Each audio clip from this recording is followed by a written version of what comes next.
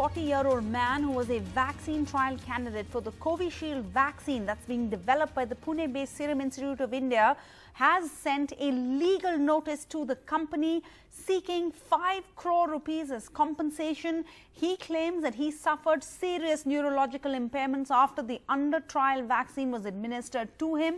This first was reported in the Economic Times. Responding to this, now the Serum Institute of India, which has millions of doses of the Oxford vaccine ready for use if it is cleared by the regulator, says that the allegations in the notice are malicious and misconceived. There is absolutely no correlation with the vaccine trial and the medical condition of the volunteer.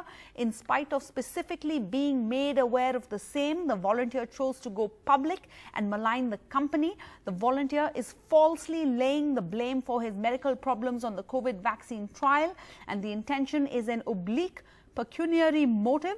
And the Serum Institute will seek damages in excess of 100 crore for the same. Let's go across to Sam Daniel for more on this. Sam, just yesterday we heard the Serum Institute CEO say that they are in fact going to go in for the approval status in just 2 weeks' time, and so hours after that, this twist in the tail. What exactly do we know about this 40-year-old Chennai-based resident? What are his conditions? What can you tell us about his case? Sarah, I just managed to speak to the wife of this particular patient who volunteered for this vaccine trial. And she says that he suffered severe neurological, her husband suffered severe neurological issue during the trial. And the hospital did not stop, even though the family wanted that to be done because of the adverse impact, as she says. And now she says the patient has completely lost confidence. He's no longer the same person he used to be.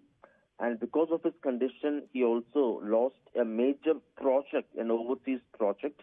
And he's no longer the bubbly, enthusiastic person with lots of creativity and confidence. And they blame all these things. They narrate a series of developments from the October 11th when he was taken to the hospital and lots of tests were done.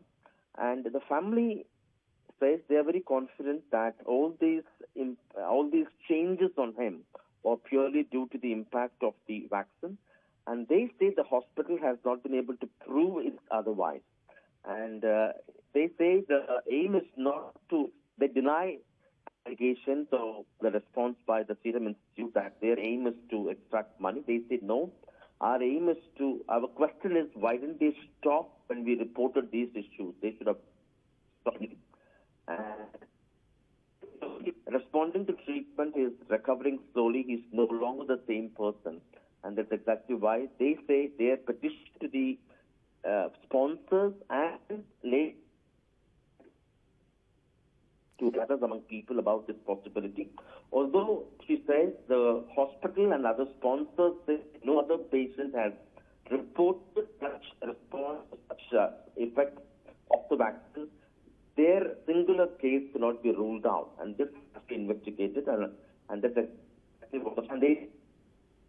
All right. So many more questions to this to be asked. When he was first administered the vaccine, why are these side effects being reported now? Unfortunately, we're losing the line there with Sam Daniel. But let's remember that it was just yesterday that the Serum Institute had announced that it was going to be seeking, the approval for going ahead with this vaccine. This was after the Prime Minister had visited the Serum Institute, which has collaborated with Oxford University and AstraZeneca, the pharmaceutical company, in connection with the making of this vaccine. So a big story, a big twist in the tail. We'll, of course, follow this on NDTV and bring you more.